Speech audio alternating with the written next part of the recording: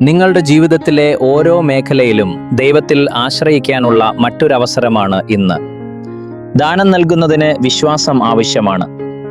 പൂർണ്ണ ഹൃദയത്തോടെ യഹോവയിൽ ആശ്രയിക്കെ, സ്വന്തം വിവേകത്തിൽ ഊന്നരുത്. സദൃശവാക്യങ്ങൾ 3:5. വിധവയുടെ വഴിപാട് കേവലം ഒരു ദാനം മാത്രമല്ല, മറിച്ച് ദൈവത്തിലുള്ള വിശ്വാസത്തിന്റെ പ്രകടനം കൂടിയായിരുന്നു. തന്റെ ദാരിദ്ര്യത്തിനിടയിലും നാളെ ദൈവം തന്നെ പരിപാലിക്കുമെന്ന് വിശ്വസിച്ചുകൊണ്ടാണ് അവൾ നൽകിയത്. യഥാർത്ഥമായ ദാനം നൽകലിന് പലപ്പോഴും വിശ്വാസം ആവശ്യമാണ്. നമ്മൾ നൽകുമ്പോൾ നമ്മുടെ നിയന്ത്രണങ്ങൾ വിട്ടുകൊടുക്കുകയും ദൈവത്തിന്റെ കരുതൽ നമ്മെ വഴിനടത്തുമെന്ന് ഉറച്ചു വിശ്വസിക്കുകയും ചെയ്യുന്നു.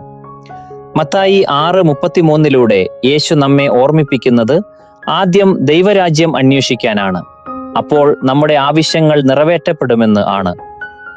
ഒരു കർഷകൻ മണ്ണിൽ വിത്തുകൾ വിതയ്ക്കുന്നു.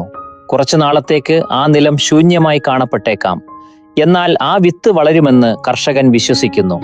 അതുപോലെ തന്നെ ദാനം നൽകുന്നതിനും ദൈവത്തിന്റെ അദൃശ്യമായ പ്രവൃത്തികളിൽ വിശ്വാസം ആവശ്യമാണ്.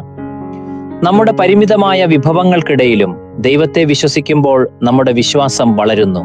നമുക്ക് പ്രാർത്ഥിക്കാം. പിതാവേ, അങ്ങയിൽ പൂർണ്ണമായി വിശ്വസിക്കാൻ എന്നെ സഹായിക്കണമേ.